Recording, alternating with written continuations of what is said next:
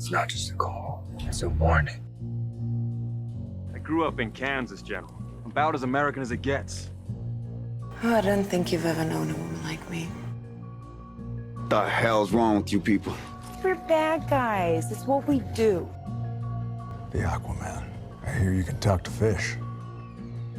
You can go to any timeline, any universe. Why'd fight to save this one? He said the age of heroes would never come again. It has to. You wanna get nuts? Come on! Let's get this.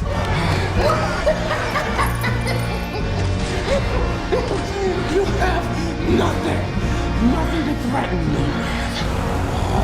Oh, you think darkness is your ally? You merely adopted the dark. I was born in it. And here we go. Heroes don't kill people. Well, I do.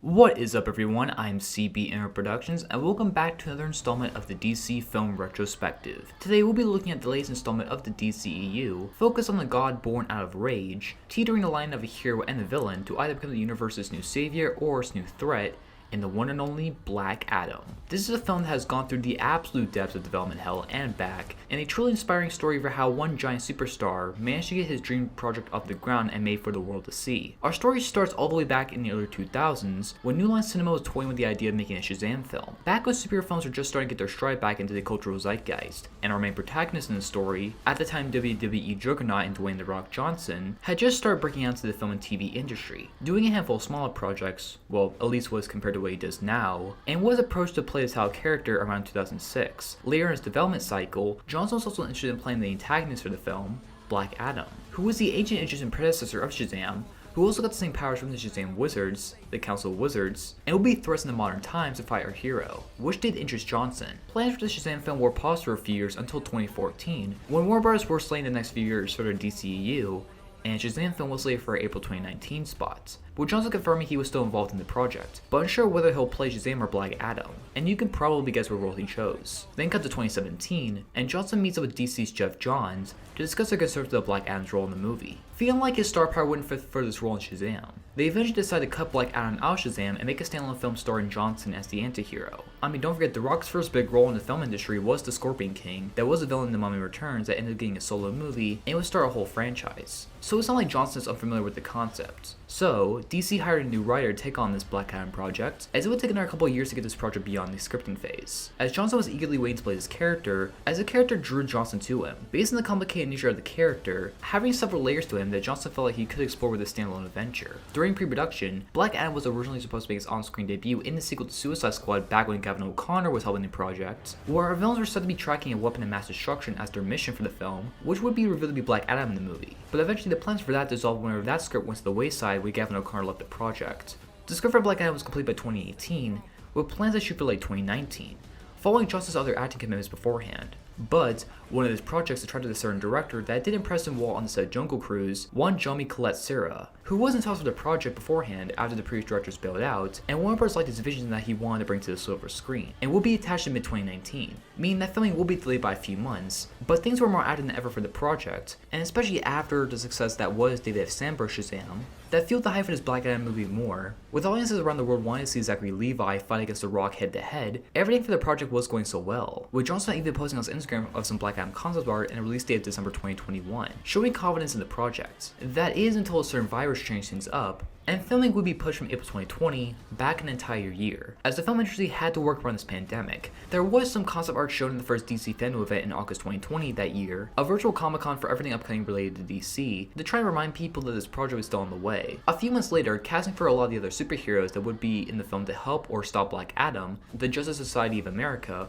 were cast in their roles. Sets were built, and the film began principal photography at Trollo Studios, starting in April 2021 and ending in August that year. things will remain quiet on the film, especially since when the merger of Warner Bros. And Discovery was finalizing, the new head of the company, David Zaslav, and his team ordered several of the upcoming DC films to change their release dates. Black Adam was already bumped previously from its December 2021 date to July 2022 for obvious reasons, and would get bumped to October of that year, mainly for Warner Bros. Wanting to give the VFX artists more time to polish the VFX, as well as getting in time for reshoots. But Warner Bros. Did have to wait because all the main trio stages were being taken up by Guardians of the Galaxy 3 at the time, and had to wait till Marvel was done with that film with those sets to do the reshoots. But beginning at the summer, Black Adam's marketing push was a go, from trailers, posters, tie-ins, The Rock showing himself at Comic-Con in costume. All the things that you expect from a superhero film are here, as Johnson, in the press junkets leading up to its release, has stated that he has plans to release a 3-film arc with this character, including clashing as the Man of Steel himself, as reportedly, he was able to sway Henry Cavill back into suiting back up as Superman for an eventual Versus movie, since both of them have the same manager, being Johnson's ex-wife, and the two seemingly having a good bond with each other off-screen. But that future's all on the line depending on the film's box office. And with how strained the DC universe is at the moment, and with the lack of knowledge and uncertainty of this character to mass audiences minus that one post-credit scene at DC League of Super Pets, which isn't even the same Black Adam as a live-action version, its box office performance mainly rests on the audience's interest, as well as word of mouth, which we have seen from films like Top Gun Maverick, Elvis, Smile, and a few other films this year. Word of mouth can go a long way, and so far from early reactions, they have been generally positive, praising the darker tone, the acting, action, VFX, just to list off a few positives. But, in my opinion, does this film introduce this darker character in a way that feels like a refreshing take on the anti-hero subgenre that we've been seeing a lot of recently? Or is it just another messy installment in this messy DC universe? Well, before we get into that, let's get into the plots. We started the film in 2600 BCE in the ancient country of Kahndaq, where we're told the rise and the fall of Kahndaq. What was once a free nation turned into a slave nation by the king of Kahndaq at the time, who was hellbound on getting an extremely rare mineral known as Eternium, only found in Kahndaq, and makes people mine this entire country to find these minerals. They're rocks, Hank! No, they're minerals. Jesus, Marie, I got some geodes coming that are very delicate, all right? We see one of the citizens, a young boy in Harut, played by Joel and Christian, try to stand against the hierarchy of this kingdom and run away with some Eternium, which by holding it up to the sky in a certain hand formation, gave him the powers of Eternium, and transport him to the Council of Wizards, who granted the powers of the gods, and as they shout Shazam, Harut becomes the new champion and savior of Kahndaq, later to be known as Teth Adam, played by Dwayne "The Rock" Johnson himself, stopping the king from wearing his forged crown of Eternium, also known as the Crown Sabak, that would give the king the powers of the demon Sabak and unleash hell on Earth, as him and Teth Adam had an epic showdown that led to the country of Kahndaq to be destroyed, and Teth Adam has never been seen since. We then cut to 5,000 years later in present day, as the city of Kahndaq is still a nation under a repressing hierarchy, this time being the Intergang, consisting of mercenaries that still try to strip down whatever resources the third world country has left, very much like how the king ruled over Kahndaq way back when, leaving the people hopeless, and without a leader to give them hope. We then cut to a few rebels, consisting of Adriana, played by Sarah Shai, her brother Kareem, played by Muhammad Amir, and a couple of friends of theirs, including Ishmael, played by Maran Kanzari, that try and find out these ancient relics from the country's history. Adriana and Ishmael find a secret tomb that holds the Crown Sabak, but some Intergang members infiltrate the place and corner them. The mercenaries make Adriana give the Crown Sabak to them, but as they're about to blow her brains out, she unlocks a mystical tomb using her necklace that is made of unrefined Eternium that's a fairly heirloom, and when the tomb starts to glow, it unleashes Teth Adam from his 5,000 year slumber, revealing that's where he's been since the battle with the king, as Teth Adam takes care of every goon with ease, as now the firepower the Intergang have can stand within the power of Teth Adam. Apart from one goon that shoots Teth Adam with an Eternium missile that temporarily knocks him unconscious. He wakes up in Adriana Kareem's apartment as he meets Adriana's son Amon, played by Boris Bongoi. Sorry if I pronounced that wrong. He immediately starts asking Teth Adam what he's capable of, being a huge fan of the Justice League and wanting to compare him to them, but Teth Adam doesn't want to answer questions and find out what world he's in now that has been 5,000 years since this battle. Amon decides to irk some Intergang members so Teth Adam can save him, and he does so accordingly. The people of Kahndaq see that their idol essentially has been reborn and returned, and all praise Teth Adam as their savior. Meanwhile, Teth Adam's actions attract the attention of the Justice Society of America, also known as the JSA for short, a superhero team with the intentions to keep international threats at bay. The team consists of the leader, Carter Hall, a rich archaeologist and museum curator who wields Egyptian weaponry and has a winged suit that he can fly in, being the reincarnation of an old Egyptian prince, Khufu, played by Aldous Hodge. Next up there's Kent Nelson, also known as Dr. Fate, played by Pierce Brosnan, a sorcerer of the highest tier, who has many abilities across the Sorcerer's Handbook, mainly using his magic helmet Fate, and that's from another dimension that can show him glimpses of the future. There's also Maxine Hunkel, also known as Cyclone, played by Quintessa Swindell, who's a woman that after being kidnapped by a deranged scientist when she was 15 and injected with nanobots, has the ability to summon whirlwinds, project wind blast, deflect or project items, and fly by using the wind to her advantage. And last but not least there's Albert Rothstein, also known as Atom Smasher, played by Noah Centineo. He has the ability to grow and shrink at any size, which enhances his strength and speed. Using a super suit gifted to him by his uncle, the OG Atom Smasher, played in a brief cameo by Henry Winkler. The four of them are alerted by Teth Adams' return to human civilization, and with most of them knowing the history of his icon, the Kahndaq, and the dangerous power he holds, especially Hawkman, the four of them meet at the Carver Hall super mansion and fly in a JSA jet to Kahndaq to contain Teth Adam and send them one of them into Waller secure prisons to be locked up for the rest of the time, presumably. Dr. Fate is seeing visions of Carter's demise and warns him that this plan to capture Teth Adam will not end well for him if things go the way they're supposed to. But Carter doesn't fear death and goes ahead with the plan regardless. When they arrive, the country of Kahndaq has already hailed Teth Adam as their savior, as the JSA asks Teth Adam to stand down and surrender. By having just liberated an entire nation of people and having been a slave himself before being granted these abilities, he refuses and he and the JSA duke it out throughout Kahndaq, but none are able to stop him alone. Meanwhile, Amon is back at his apartment with the Crown Sabak, as they reveal that Ishmael survived the raid at the beginning of the film and is working with the intergame to achieve the Crown Sabak, being the latest in the King's bloodline that started this crusade for this particular item to rule the world by releasing the underworld. As our heroes are duking it out, Teth Adam tries to save Amon from Ishmael, but he disappears in one of Entergame's Tron-like teleporting motorcycles, and with the help of Hawkman, they still can't find the boy, as Ishmael takes Amon to his secret base that has an Eternium shield around him and his goons. Our heroes alert to this base and take out the remaining intriguing goons, as our heroes come to a stalemate of whether to save Amon or not for the crown, as Ishmael threatens to end the kid's life. Adriana expresses that her husband died for this cause, and begs Teth Adam to save her son, as Teth Adam does and Ishmael is killed in the process, presumably saving the day. After that, Teth Adam stands where the king's palace and throne was stood, as Hawkman stands behind him, still wanting to capture Teth Adam, as the two have been fighting the whole film. Teth Adam explains his true backstory, as it's revealed that he actually isn't the true champion of Kahndaq that people think he is. In reality, Harud, the little boy that we saw in the beginning of the movie, that was granted the powers of Shazam, was actually Teth Adam's son, who after becoming the champion of Kahndaq, his family was hunted down so the king could get to them personally, by killing his mom, who was also Teth Adam's wife. After that event, Harud gave the powers to his dad before being sniped by one of the king's assassins. In rage, Tim Allen went to the king's palace to destroy him and everything he loved, just like how his family was taken from him, causing him to be entombed by the same wizards that gifted his son these powers, and trapped him in the cage for 5,000 years until Adriana broke him out. Teth Adam agrees to be taken to prison as he strips himself of these godly powers, and he's transported to the Arctic in one of Amanda Waller's prisons, ran by Amelia Harcourt, played by Jennifer Holland in a brief cameo, previously playing a big role in the Peacemaker series, as he's entombed in the case filled with water, which will prevent him from speaking as he's to remain unconscious for the rest of the time. Meanwhile, Ishmael's corpse is awakened, as it's revealed that he wanted to be killed by reaching the underworld, as the Crown Sabak, which is in hold of the JSA, just disappears, and the demon Sabak takes over Ishmael's body and rises from hell to begin his regime over Earth. The JSA return to Kahndaq to face off this threat, as Dr. Fate once again warns Hawkman the dangers this will cause to his mortality, but once again he doesn't mind dying to save the world, as the four of them try to fight off this demon. But even together, the four of them can't stand a chance against the demonic creature.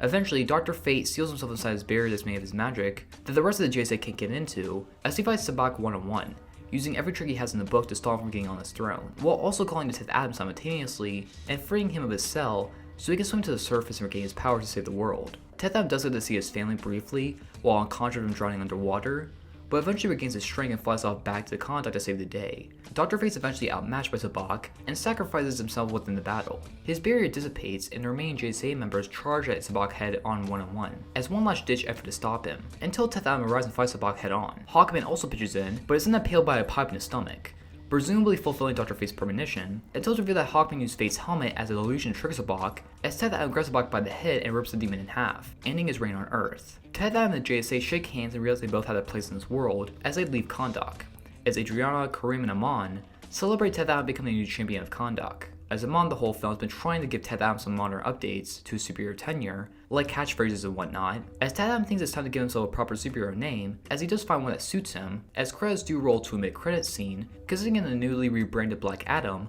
being sent a message through one of Amanda Waller's drones, saying that she'll leave him alone in Kahndaq, but if he steps aside of his home country, she'll send the world's greatest heroes after him. He isn't scared and then tells her to send them all, as he destroys her drone. Then, out of the darkness appears the Man of Steel himself, to see his next big opponent, as the two stare ominously at each other, as the hierarchy of the DC universe is about to change, as credits roll and the film ends. The biggest positive I can say about the film right out the gate is that Dwayne Johnson generally does give a good performance here as Black Adam. You can tell he has a passion for the character, and doesn't just play himself yet again like in every film he's done for the past decade. He gives a decent layered performance here as a complicated character that you don't know what side he'll be on, hero or villain, and how that ties into the overall narrative and the message of the film. I found that everything is black and white, and that sometimes people do have to meet in the middle and compromise to solve bigger threats. Everyone is complicated, not everyone is so clean cut as you think they are. It makes the film feel more resonant than a lot of the other superhero properties that have come out lately. Johnson does still put on a persona for the character, and it definitely isn't without its faults and its standard humor and such, but it's not what I think about Gal Gadot in the first Wonder Woman film. It's a good starting point for this character that can get better in the acting department if Johnson does get more movies to play his character in. The remainder of the cast is also very strong as well. The film is a lot more contained than you expect given all the action in the trailers, but we really only focus on Kahndaq and a handful of characters besides Black Adam, which makes the film feel concise in its pacing and character juggling, especially regarding JSA. The leader in Carter Hall, aka Hawkman, is a really good foil for Black Adam throughout the film, as their ideologies clash just as much as their fists do, and it leads to a lot of solid banter between the two, and does a good job at the film keeping you on your toes whenever the two of them are in the same room, not knowing the two are going to break into a fight or not. One of the reasons why this is because of the performance by Aldous Hodge as his character, who I did have the pleasure of seeing in person whenever the film was about to begin at the screen I went to, along with Sir Shai, and does a good job of convincing you of his morals and why he thinks Black Adam is a threat, but at the same time, be somebody that you can understand why Black Adam also thinks is a threat to him. Pierce Brosnan as Dr. Fate will probably be the fan favorite walking out for this film for many people, and was certainly for me. Brosnan brings a swagger to the character of Dr. Fate that you can just tell how long he's been in the superhero game, from his banter from the rest of the JSA, essentially being a mentor to everybody, especially Hawkman, his calm demeanor throughout every life-threatening situation he's in, because he knows the outcome, and especially when you get to his powers and the crazy visuals going on with that. Although it might be a Doctor Strange ripoff at times, he does to the show, and it does suck that he was the one that bites the bullet in this film, because I would have loved to see him in more DC movies. Cyclone and Atom Smasher, while not being major in the story or in screen presence, I did enjoy both characters overall, and what they brought to the film. Their banter, especially between each other and their chemistry, was really endearing and sweet. And the both of them brought this light, fun presence to the JSA that I quite enjoyed. The other characters such as Adriana, Amon, Kareem, they added a human element to the film that granted Black Adam in a way that gives a point of view to the audience of these larger-than-life characters. And even the cameos like Amanda Waller, Hardcore, the Wizards from Shazam, and of course the Man of Steel himself, Superman, don't take away from the film. To me, they add to this universe and make the film feel connected within the DCEU, which has been the promise at the beginning of this universe. Not that you need to make every film just stock full of cameos, just to make your film seem important, but it's nice for a film in the DCEU, they made the film feel like it's part of this universe and tying things together. Another aspect I really enjoyed from the film was the direction of John Michelet Sarah. He brought a unique vision to the film that made it stand out amongst some of the more pedestrian directing that we've seen from a lot of the other superhero films lately. Bringing like these guys essentially and making them feel huge, making them feel worthy of seeing this on the big screen. From the action, when it's not Zack Snyder slow-mo, it's really well choreographed and edited together. Not to mention the CG effects for the most part is quite nice and was worth the wait delaying this movie to improve upon the visuals, because all of our heroes look realistic about the superhero world, and I enjoyed the fact that this country of Kahndaq is a character within the film, and the liberation of it and the people inside it is a major factor within the film's story. Whenever you see people in the streets, it all feels lived in, and that sense of familiarity is what makes the humans so easy to root for in this film. I also did quite enjoy the score from Lauren Ball. Ever since he did his Mission Impossible Fallout score, I've been a big fan of this guy, and this score doesn't disappoint. The grandeur of the score and adding onto these giant set pieces as well as more somber moments give the film a sense of atmosphere whenever you hear the score heighten your emotions to whatever's on screen. The costume department also didn't miss here, as every superhero and villain costume is top notch here, and very finely detailed without feeling overly complicated or overly designed that we've seen with a lot of the other superhero costumes recently. They feel tangible and look quite good. Keeping it simple was the best option in my opinion. The pacing was also quite good, and with how the film was mostly just set in Kahndaq, that makes the film constantly having to push the narrative and not make things look tedious. And that does make for a film that didn't really drag much for me personally. The writing was also pretty solid as well. It fully delved into Black Adam's origins and why he's not exactly the hero villain that you expect, and got me behind why his character got his own movie. The JSA were a fun competition and eventual allies with Black Adam. I enjoyed the human characters for the most part, the dialogue was serviceable, and made for a tight story that I enjoyed going on. As a whole, this is what I want more of within the DCEU. These larger-than-life characters getting treated as such, and getting more personal and interesting stories than the competition. And while there is certainly a lot to improve upon, if this is a new jumping off point for this new version of the DCEU going forward, I'm all in for it. If these producers and directors and writers realize the strength of the DC characters, and do more with them if we get more films in this style. While I enjoyed this film overall, this certainly isn't a film that will break the superhero mold in any way, shape, or form. The film, for the most part, gave us an enjoyable, simple story that was fun to ride on, but did leave me with some questions walking out. The biggest thing I have against the film personally is that some of the characters we get in here are not really explaining who they are and why they're here. For example, the film doesn't explore who the JSA are or the Intergang is, and the film just kind of drops you into this world of Kahndaq, as if you already know these places before the events of the movie. Despite being the first one in the DCEU to bring in this country and all the characters that surround it, you just hear from exposition that the Intergang are just some mercenaries that want to keep digging for Eternium, and that's fine, but why the hell do they have Tron bikes that can teleport? Whenever you get to the JSA, We don't really have much of an idea how long the JSA has been running for, why we haven't seen him until this film, and what's their role compared to the Justice League in the larger DCEU, and also who Carter Hall is. Why is he so rich? Why is he against killing people like he's Batman? What armor does he have that can make him take a literal god head on several times and not get killed instantly? Questions like those I feel missing with a narrative in the film, and personally feels like the writers just didn't want to get bogged down with exposition for setting up all these characters, and just kind of expect you to go along with the ride, or already know who these people are before walking into the movie, which I felt was a mistake, especially when I have to look up all the character bios for all the JSA members for my plot summary. That's just not good storytelling. I also felt like the villains were incredibly weak and by far the most underdeveloped aspect of the film, just giving somebody an excuse for Black Adam to defeat in the third act.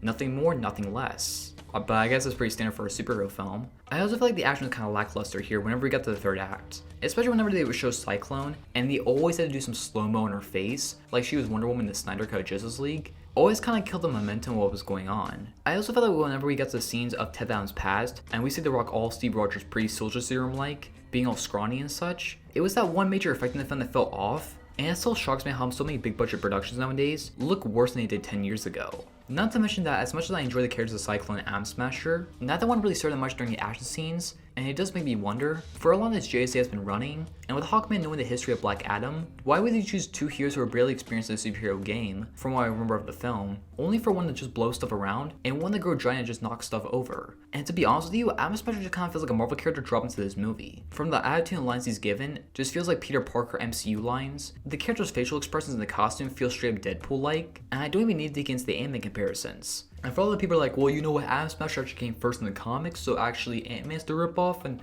stuff like that. It doesn't really match the mass audiences that are watching this film, because Ant-Man got the big screen treatment first. Ant-Man got 2 movies before we got Atom Smasher. There's gonna be comparisons, inevitably. Speaking of Marvel, I feel like a lot, if not all the humor in this film, feel like straight up MCU branded humor that was piled onto the script. Especially with the character of Kareem, where every line he had to be some sort of one-liner for the audience to get a huge reaction out of. And to me, it just wasn't that funny. Maybe just because I'm getting jaded to the overall abundance of humor in every single Marvel DC project nowadays, but every joke in this film felt foreign to the DC universe, like the theatrical cut Justice League. And I do think Marvel and DC are both great because their lineup of characters and stories are so different from one another. And DC has advantages that Marvel doesn't, especially in having a universe where you don't need to connect everything. You can have Black Adam exist, but also Robert Pattinson's Batman and Joaquin Phoenix's Joker also coexist, but you don't need to watch any of them to understand their movies. They all stand on their own. Not to mention the DC, you can tell PG-13 and R-rated stories simultaneously, which Marvel's still trying to grasp onto. I just feel like the humor in this film is blurring the line a little bit. I hope we don't get humor like in the future. The DC universe can have great humor. I mean, Zack Snyder's Justice League and James Gunn's Suicide Squad had a lot of great moments of comedic effect, but the humor in this film just feel like low-hanging fruits. Speaking of, I feel like that mid-credits stinger, for how much enjoyment I got of seeing Henry Cavill suit once again as Man of Steel, and possibly gonna see more of him in the future, when it seemed like Warner Bros. Could not care less about Superman before the Discovery merger and before The Rock convinced Cavill and Warner Bros. To strike a new deal supposedly. But I'm just getting really tired of all these cameos that we're getting in these post-credit scenes of just seeing big actors in familiar roles. Just fans go crazy and see the movie just to see that big cameo. I'm currently in the middle of writing a video regarding this type of pandering to fans, of not being able to sell your film on its own merit, so you just have Superman in the end. And even people like The Rock have gone out of their way to spoil that post-credit scene in interviews, just so people can talk about your movie and show up. I mean, it's not even the first time this happened this year with like Morbius and such. I don't know, I'm just getting tired of every single major surprise in these movies being ruined intentionally or not, just to generate some sort of hype of seeing a familiar face for 5 seconds, rather than just trying to hype up the film based on its own merits. I genuinely don't know what this means for the future of DC. To me, jumping to Black Adam fighting Superman for its next arc feels rushed. Like, where's the film where we're gonna see Black Adam fighting Shazam? Wasn't that the whole point of making this whole Black Adam film so the two can cross over? It's the same issue I had with Tom Holland's Spider-Man and Tom Hardy's Venom. Just make them find the room for one movie. Stop teasing us. Overall, for how much this film succeeds on its own merit, there is a lot of room to improve with the sequels, if we do get them in the future. All in all, Black Adam is another decent entry within the DCEU. It gave us a main character that I found very fascinating to see on screen, from his backstory and tearing up guys like in the live-action Dragon Ball Z fight. Dwayne Johnson gives his best performance in years as a character, and he does carry this movie. The rest of the characters I thought were pretty solid too, minus the villains. The action was fun, the pacing was solid, the effects were pretty well done, the writing was serviceable, the movie kept me entertained, I love the score, the directing gave the film a different flavor than most other superhero films out now, was well put together, and just leave me wanting more from the side of the DCEU. But the film has some messy storytelling with leaving a lot of the characters and world building aside, just so we can get to the main plot faster, some really bad humor, plot holes, bad villains, character motivations without being fully explored, and some low-hanging fruit that I hope is improved with the follow-up film. but as a whole, I still had a good time with it. I wish the best for The Rock in the DC universe going forward, because at the end of the day, I do want more to style the DCEU going forward, with some changes I hope are fixed in the future. I give Black Adam a B, a 7.5 out of 10, and a renter recommendation. So that's Black Adam. What do you guys think about it? Leave your thoughts down in the comments, and please don't forget to like, share, and subscribe for more content. I'm CB Productions, and this isn't the last DC film to review, because justice needs to be served.